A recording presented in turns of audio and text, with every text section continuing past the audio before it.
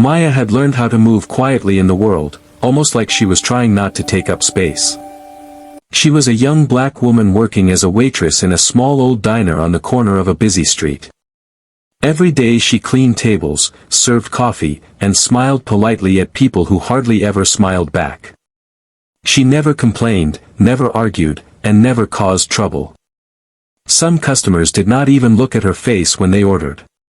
They talked over her shoulder or stared at their phones. It felt like she was invisible, but she kept working because she needed the money. Her mother was sick at home, and the medicine was expensive. Rent was hard to pay. Food was getting costly. Maya carried all of these worries inside her, but she never let anyone see them. She believed that if she stayed quiet and worked hard, maybe life would get better someday. But most days it felt like the world had forgotten her completely. There were a few people who noticed her, but not in a good way. Some customers talked to her rudely, like she didn't have feelings. A group of office workers who visited the diner every week made fun of the way she spoke. Sometimes they laughed about how tired she looked. Her coworker, Linda, often stole tips from the tables Maya cleaned and pretended she didn't. The manager trusted Linda more because she talked loudly and acted confidently, while Maya stayed calm and gentle. So whenever something went wrong, the manager always looked at Maya first, as if she was the one to blame. But Maya never fought back. She simply lowered her eyes and whispered, "Sorry, sir," even when she had done nothing wrong. She had learned long ago that people were quick to judge her, and arguing only made things worse. She didn't want trouble. She just wanted to finish her shift, collect her small paycheck, and go home to her mother. That evening, the sky grew dark much earlier than usual. Thick clouds covered the sun, and the wind began to howl through the narrow streets. Inside the diner, the lights flickered as rain started pouring outside, hitting the windows like thousands of tiny stones. Most customers rushed out when the storm began, leaving the diner quiet. The manager told Maya she could close early, but only after cleaning everything alone. She tied her hair back, put on her thin jacket, and stepped outside when she was done. The cold rain hit her face immediately. She held an old umbrella, one that barely stayed open, and hurried down the sidewalk. She took the same road home every day, past the bakery, past the small bookshop, and through a street filled with old houses. But tonight, something made her stop. Under the dim yellow streetlight, she saw an elderly man walking very slowly. His clothes were soaked through, and he held a small paper bag close to his chest, trying to protect it from the rain. His hands were shaking, and his steps looked unsteady, as if one strong wind could knock him down. Cars passed by, splashing water near him, but no one stopped. People hurried home with umbrellas, jackets, and warm coats, not even noticing him. Maya felt her heart tighten. She knew what it felt like to be unseen, to walk alone with pain that no one cared about. She stood there for a moment, watching him struggle, and something inside her refused to let her walk away. She had nothing, not even enough money for comfort, but she still had kindness. And kindness, she believed, was worth giving even when life was hard. She turned and walked toward the old man. Her umbrella barely covered both of them, but she held it as high as she could and said softly, "Sir, are you okay? Do you need help?"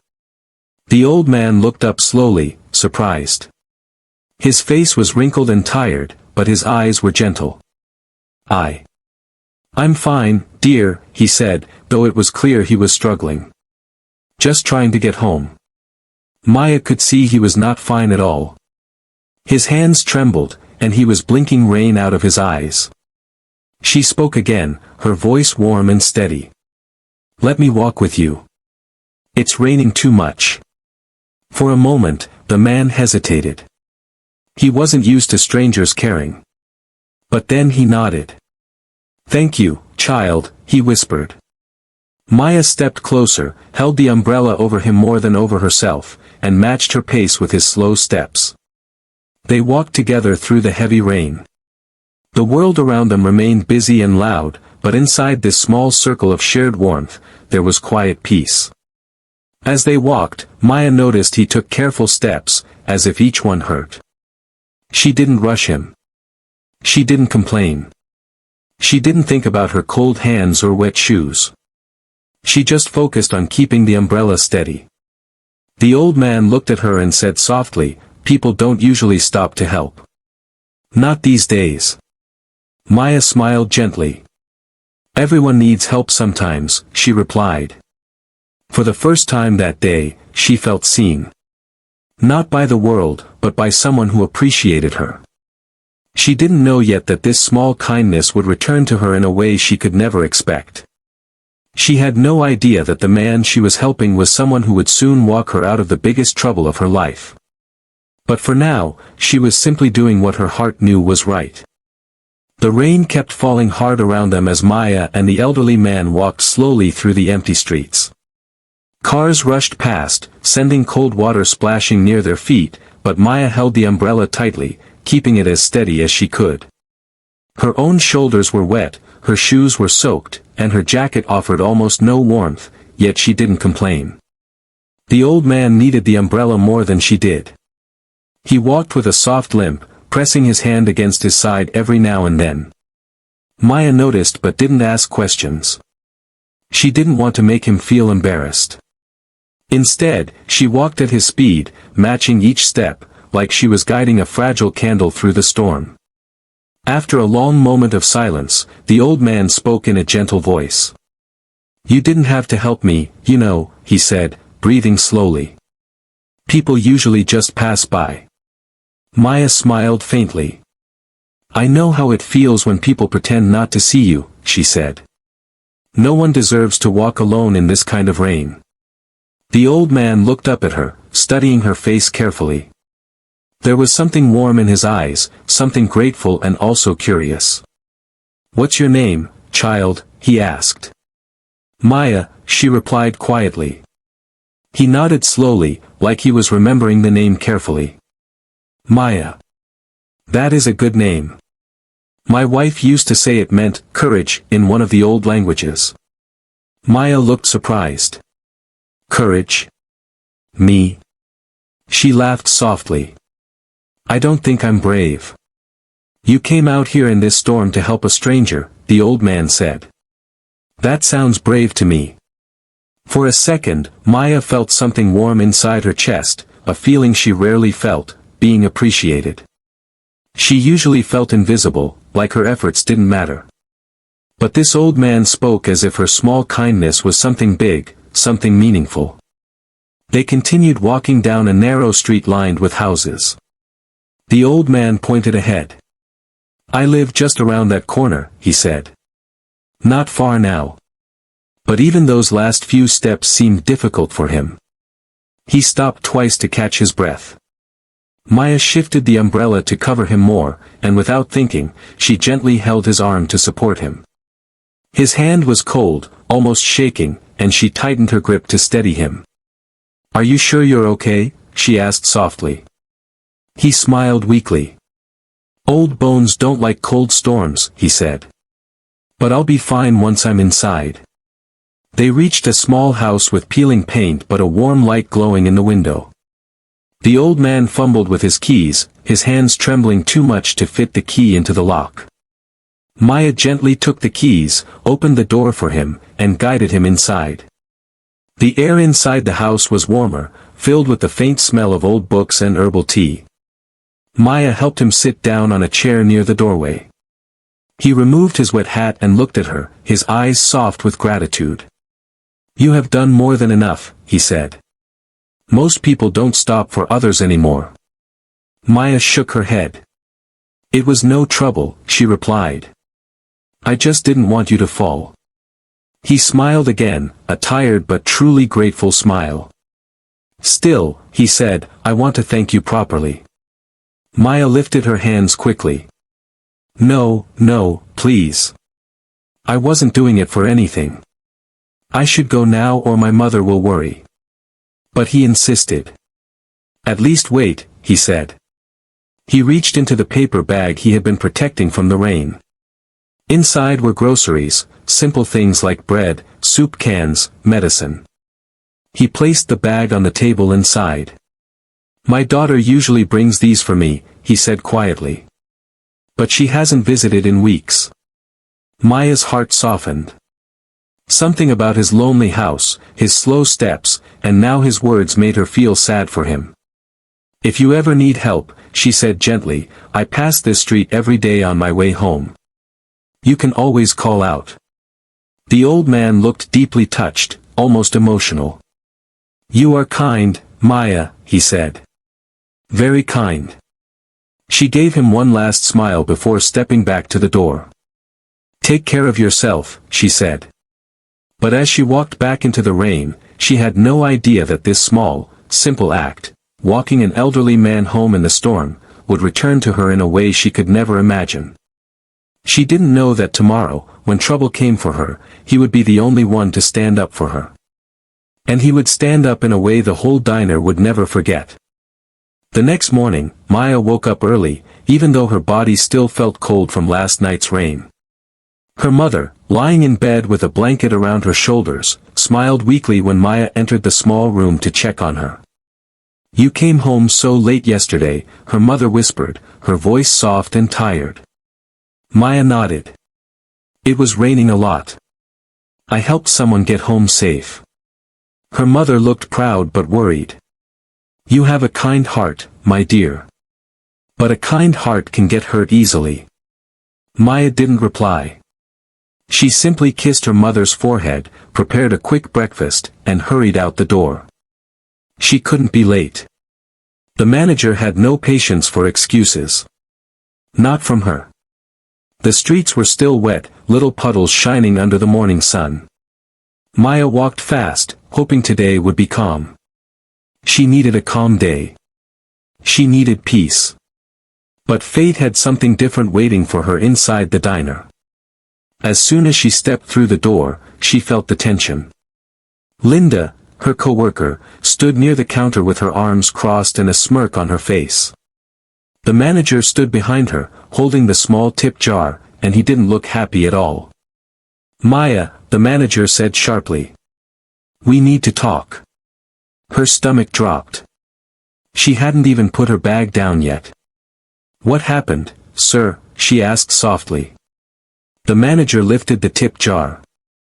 Linda says you took money from here last night before closing. Maya's eyes widened. What? No, sir, I didn't. Linda interrupted quickly. Don't lie, Maya. I saw you near the counter before you left. And the jar had more money yesterday. Maya felt her heart beating fast. Sir, I closed the diner and cleaned the tables, but I didn't touch the tips. I never do. But the manager didn't listen. His eyes were already full of disappointment, as if he expected this from her. As if he only needed a small excuse to blame her. I work hard here, Maya said, trying to control her shaking voice. I would never steal. But Linda lifted her chin and added loudly, she was acting strange yesterday. Maybe she needed the money. The words hit Maya like a heavy stone. She did need money.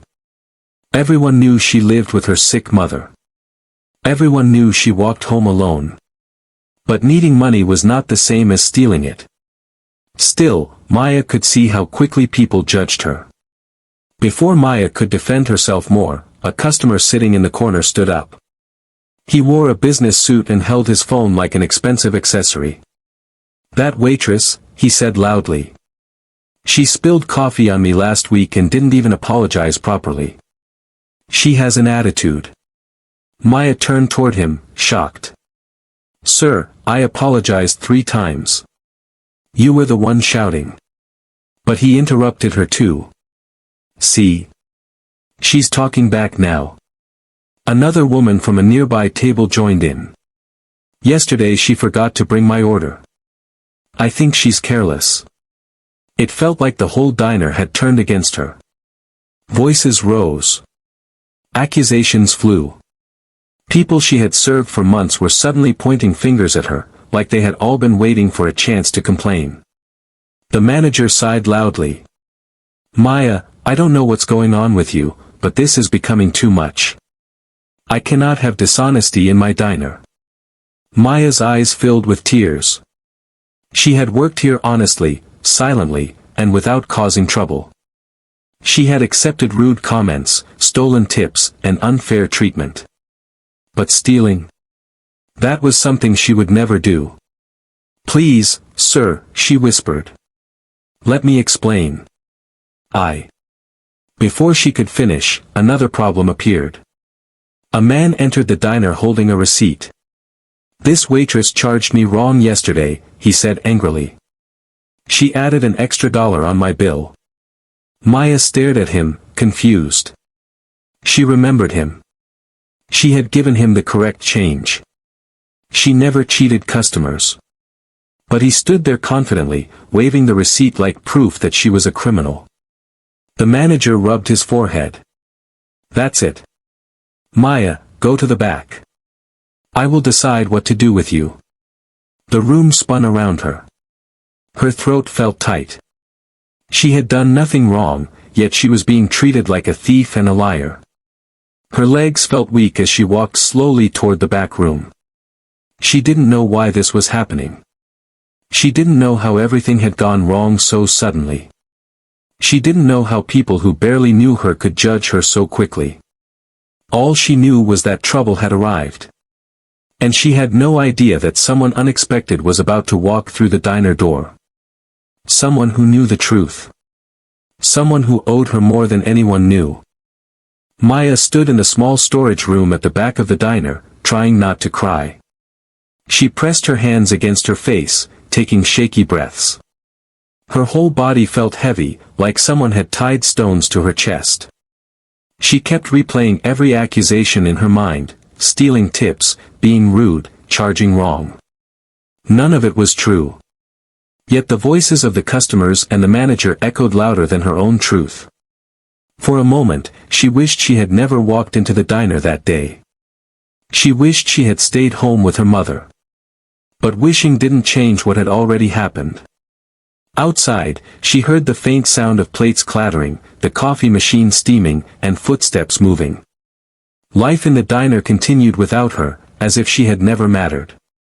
She wiped her tears with her sleeve, trying to stay strong. Then she heard the bell above the door ring. Ding! The sound was small, but it carried through the diner with strange weight, like a signal that something important was about to happen. From inside the storage room, she couldn't see who entered. But she heard the shift in the room's energy. The noise quieted. Conversations slowed. Forks stopped clinking. Someone must have walked in who didn't normally come here. The manager's voice rose first, not angry, not annoyed, but respectful. Oh. Good morning, sir. What can we do for you today? There was a pause. Then a familiar voice answered, gentle but filled with quiet authority. I came to speak with Maya. Maya froze. She knew that voice. Her heart tightened with recognition and disbelief. She slowly stepped toward the door and pushed it open just a little. Her hands trembled as she peeked through the small crack. Standing near the entrance was the same elderly man she had walked home last night. Except, he didn't look the same. Last night, he was a fragile old man, struggling through heavy rain, holding a paper bag close to his chest, grateful for help. Today, he stood tall, his posture straight, his clothes neat and pressed. His eyes were sharp, observant, and full of quiet strength. He carried a leather folder under his arm, the kind only important people usually carried. The manager cleared his throat. Are you sure you're looking for Maya? He asked, confused.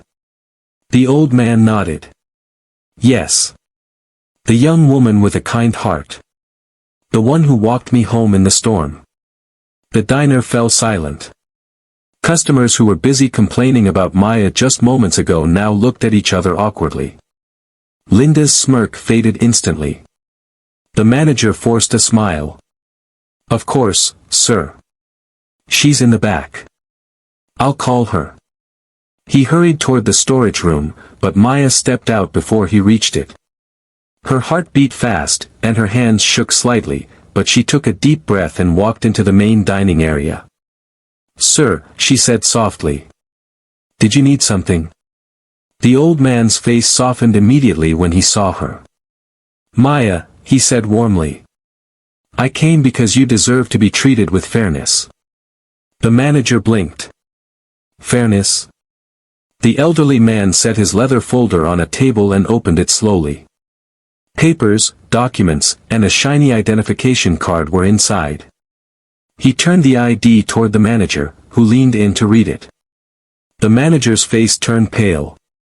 "Why, you're Judge Harrison," he stuttered, stepping back. The customers nearby gasped. Linda's mouth dropped open. Judge Harrison was a well-known retired judge in the city. A man known for honesty, fairness, and strictness against injustice. People respected him. People feared him. His court rulings had changed lives. And he was standing here, for Maya. The judge spoke calmly, but every word felt like a hammer of truth. "Last night, this young woman walked me home in dangerous weather. She didn't ask for anything. She didn't think about herself. She only thought about helping someone who needed her." He looked around at the customers and staff, his gaze sharp and unwavering. "And today," he continued, "you accuse her of stealing? Of lying? Of being dishonest? Is this how you treat someone who shows kindness without expecting anything in return?" Silence filled the diner. No one dared to speak.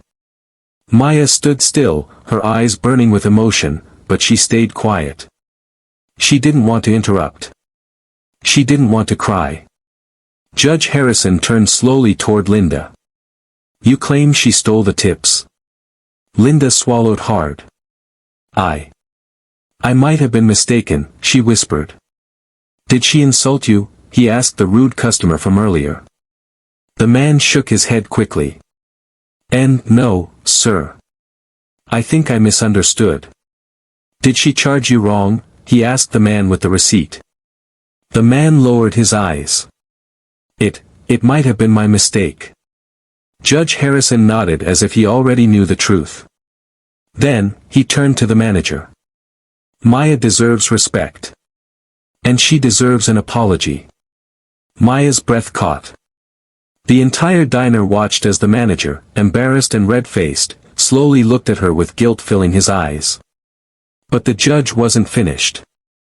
He leaned forward slightly and said in a firm voice, "And if you cannot treat her fairly, then she should not be working here at all." The diner held its breath, waiting to see what would happen next. Every eye in the diner stayed fixed on Judge Harrison, as if the whole room had turned into stone statues. The air felt heavy, thick, and tense. People who had been confidently pointing fingers at Maya moments earlier now stared at their shoes, their faces red with shame. No one dared to speak. Maya stood frozen, her hands shaking slightly. She had never imagined the elderly man she helped in the rain would walk into the diner like a force of justice. She could barely believe what she was seeing. The manager swallowed hard, his pride crushed. He looked from the judge to Maya, then back to the judge again. Finally, with a stiff voice, he forced out the words. I apologize, Maya. I should not have believed the accusations so quickly. I was wrong." Maya didn't speak. She didn't trust her voice not to crack.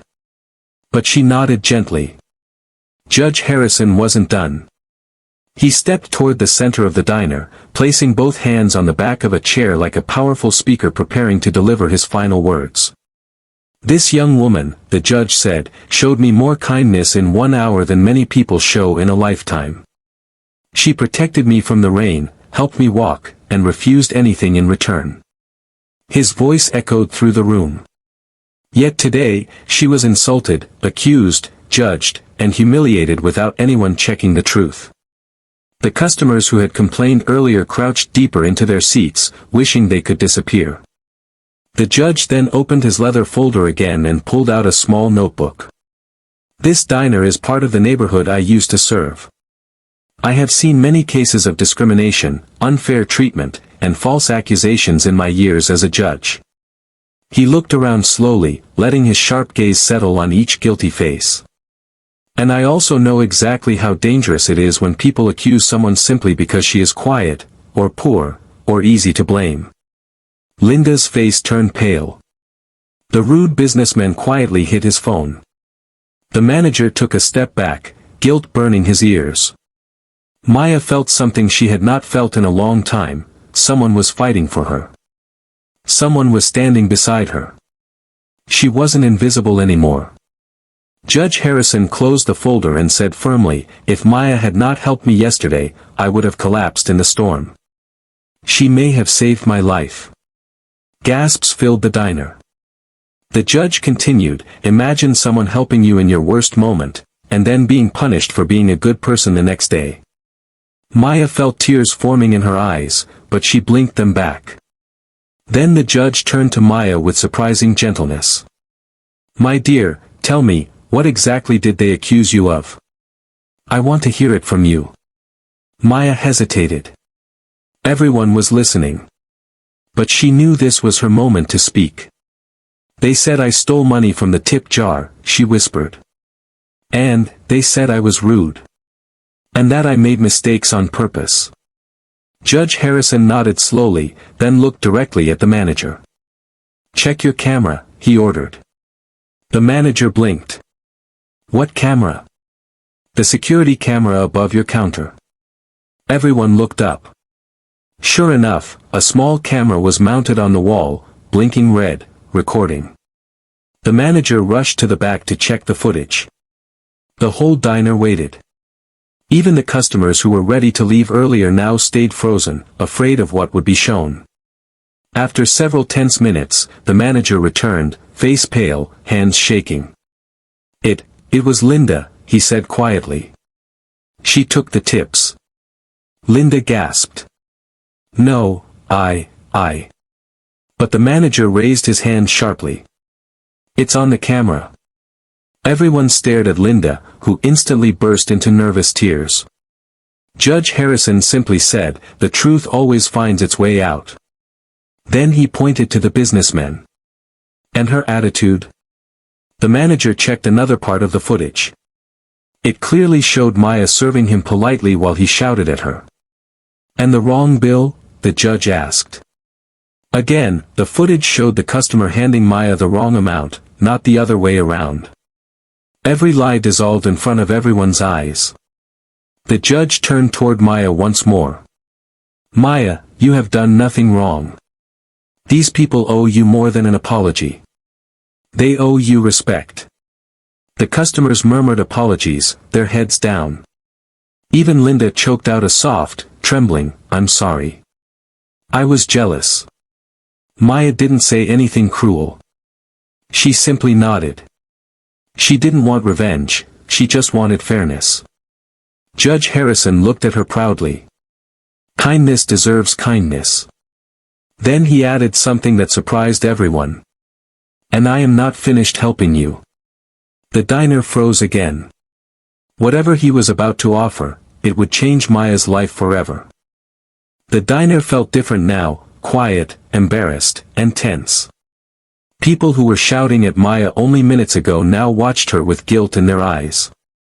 Yet Maya didn't feel victory. Her hands were still shaking. Her heart was still beating fast. She was thankful the truth came out, but the pain of being wrongly accused still sat heavy inside her. Judge Harrison looked at her with calm strength. The anger in his eyes had softened. "Maya," he said slowly, "sit down for a moment. I want to talk to you." The manager quickly pulled out a chair, the same manager who was ready to fire her earlier. He offered it to her like she was suddenly someone important. Maya sat down carefully, unsure what was coming next. Judge Harrison took the seat across from her, placing his leather folder gently on the table. Every person in the diner leaned in a little, pretending not to listen but listening with all their attention. "I owe you a lot," he began. "Last night, you walked me home without asking who I was, what I had, or what I could give. You saw an old man in trouble and helped him. That is rare these days. Maya lowered her eyes. Anyone would have helped, she whispered. No, the judge said firmly. Not anyone. Many people passed me. You didn't. She didn't know what to say. She looked at her hands, still damp from stress. Judge Harrison took a deep breath. I want to offer you something. Something that will protect you, support you, and maybe even change your future. The manager stiffened. Linda stopped crying. Everyone leaned closer. Maya blinked, confused. Offer me something? Sir, I'm just a waitress. The judge shook his head. You are not just anything. You are a good human being. And good people deserve good opportunities. He reached into his folder and pulled out a small card. I want to hire you as my personal assistant. The entire diner gasped. Maya's mouth fell open. And me? Assistant? Sir, I don't have any experience. I only finished high school. I don't know anything about. The judge raised his hand gently. You know honesty. You know kindness. You know responsibility. These are the things I care about. He smiled warmly. I am not looking for a lawyer. I am not looking for a secretary with fancy degrees. I am looking for someone I can trust. Someone who will help me with errands, manage small tasks, and support me in my daily life. Someone like you. Maya's throat tightened. For a second, she couldn't speak. And, the judge added, the job pays much better than this diner. Much better. Enough to help your mother. Enough for you to live without fear. Her heart skipped a beat. Her mother. Their bills. The medicine. The sleepless nights worrying about rent. A better job meant hope, real hope. But Maya shook her head slowly, overwhelmed. I don't know if I'm strong enough. I don't know if I deserve this. The judge leaned forward. Last night, you walked a stranger through the cold rain. That took strength. Today, you stood against false accusations without breaking. That took strength. And still, you think you are weak. Maya's eyes slowly filled with tears. Not tears of pain this time, but something softer, hope. The judge continued, people like you deserve someone who believes in them. I believe in you, Maya. She covered her mouth with her hand, trying not to cry. Then the judge added another surprising truth, one that made everyone in the diner freeze. That paper bag I was carrying last night, he said quietly. It had heart medication inside. If you hadn't walked me home, I might not have made it. I owe you my life. Everyone gasped again, louder this time. Maya stared at him, stunned. She didn't know. She had never imagined her simple act of kindness had been so important. The judge placed a gentle hand over hers. So yes, this job offer is not charity. It is gratitude.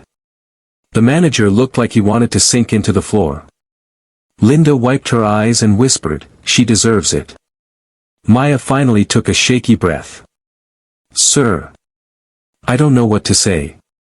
You don't have to say yes right now, the judge said kindly. Just think about it. But remember this, your kindness saved someone. And now, someone finally wants to save you. For the first time in a long time, Maya felt something warm inside her chest. Hope. A real chance. A future she never believed she could have. And she had no idea that accepting this offer, or even considering it, would change her entire life in ways she never imagined. Maya walked home that day with her heart full and her mind spinning. She held her small bag close, but her thoughts were far from the cold streets she walked. The rain had stopped, leaving the roads shiny and wet. Streetlights reflected on the puddles, making the whole neighborhood glow softly. All morning, she had been crushed by accusations. By afternoon, everything had changed. Judge Harrison's words echoed in her mind again and again. Your kindness saved someone. Now someone wants to save you. It felt unbelievable. Beautiful. Terrifying. Life-changing. When Maya reached her small apartment, she quietly pushed the door open. Her mother was sitting up in bed, knitting small pieces of cloth to pass time. She looked up immediately when Maya entered. You came home early, her mother said, surprised. Did something happen? Maya set down her bag and sat beside her mother. She took her hand gently. Something big happened, Mama, she whispered. Her mother's eyes widened with worry. Trouble? Maya shook her head. No, not trouble. Something good. Something I never expected. And then she told her everything, about the lies, the accusations, the customers shouting, and the moment she thought she would be fired in front of everyone. Her mother held her hand tighter, listening with fear and anger in her eyes. But when Maya reached the part about Judge Harrison walking in, the truth being revealed, and the job offer, her mother stopped breathing for a moment. He offered you what? She whispered. A job, Mama, Maya said, her voice trembling. A real job. With good pay. He said he believes in me. Her mother's eyes filled with tears instantly. She placed her hands on Maya's cheeks and whispered, Oh, my child, someone finally saw you. Someone finally saw your heart. Maya felt her own tears fall. She leaned her head against her mother's shoulder. For the first time, she allowed herself to dream a little. But that night, she couldn't sleep. She lay awake on her small mattress, staring at the ceiling. Her mind was overflowing with questions. What if I'm not good enough? What if I disappoint him? What if it's too big for me? What if the diner calls the police just to hurt me? What if this job ruins something? What if I ruin something? The fear of change battled with the hope of a better life. But then another thought came, the old man walking alone in the rain, shaking, cold, helpless, and the way his eyes lit up when she helped him. He believed in me, she told herself. Why can't I believe in myself? Still, she needed time. The next morning, she woke before sunrise.